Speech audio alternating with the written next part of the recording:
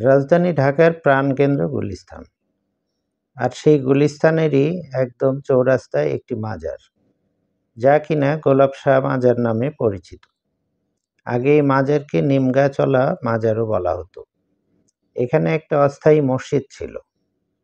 ঊনবিংশ শতকের ৮০-র দশকে মসজিদটি ওসমানী উদ্যানের ভেতর সরিয়ে নেওয়া হয়। হযরত গোলাপ শাহ রহমতুল্লাহ আলাইহি মাজারের উৎপত্তি ইতিহাস সম্পর্কে মতানৈক্য রয়েছে। উইকিপিডিয়া থেকে জানা যায় যে ১৯ শতকে ইরান কিংবা ইয়েমেন থেকে একজন সুফি দরবেশের আগমন ঘটেছিল। তার ওফাতের পর এই স্থানে তাকে সমাহিত করা হয়। তিনি মানুষের কাছে হযরত গোলাপ শাহ নামে পরিচিত ছিলেন। আবার এটাও শ্রুতি রয়েছে যে এই স্থানে ইরান বা ইয়েমেন থেকে আগত সেই বুজুর্গ ব্যক্তির রওজা রয়েছে, কিন্তু তার নাম গোলাপ শাহ নন। গোলাপ শাহ ছিলেন একজন খাদেমের নাম। সেই খাদেম ইন্তিকালের পর তাকেও এখানে সমাহিত করা হয়, আর তার নামেই এই মাজারের পরিচিতি আসে। তবে এখানে পাশাপাশি দুটো সমাধি রয়েছে। এই দুটি সমাধি সম্পর্কে কেউ কেউ বলেন একটি গোলাপ শাহ আর অন্যটি তার ভাই ইস্কেন্দার শাহর সমাধি।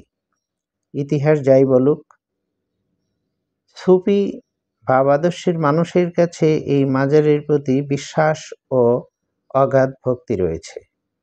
প্রতি বছর শাবান মাসের ১৯ তারিখে এই মাজারে ওরস মাহফিল অনুষ্ঠিত হয়।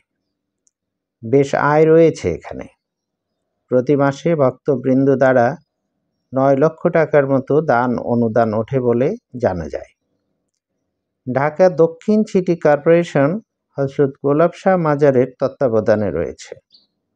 গুলিস্তানের অত্যন্ত ব্যস্ত এই অঞ্চলে হযরত গোলাপ শাহ রহমাতুল্লাহ আলাইহির এই রওজাটি একটি গোলাপ বাগান হয়ে সুঘ্রাণ ছড়িয়ে দিচ্ছে। লোকবিশ্বাস আছে যে বহু নবদম্পতি এই মাজার জিয়ারতের জন্য আসেন।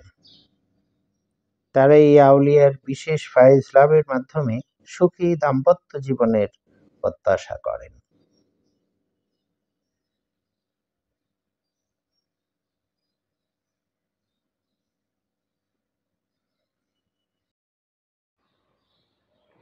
আপনি দেশের যে কোনো জায়গা থেকেই খুব সহজে এখানে আসতে পারেন। আপনি ঢাকা প্রবেশ করে সোজা গুলিস্তান 0 পয়েন্টে চলে আসবেন। 0 পয়েন্ট থেকে অল্প একটু দূরেই গোলাপ শাহর মাজার।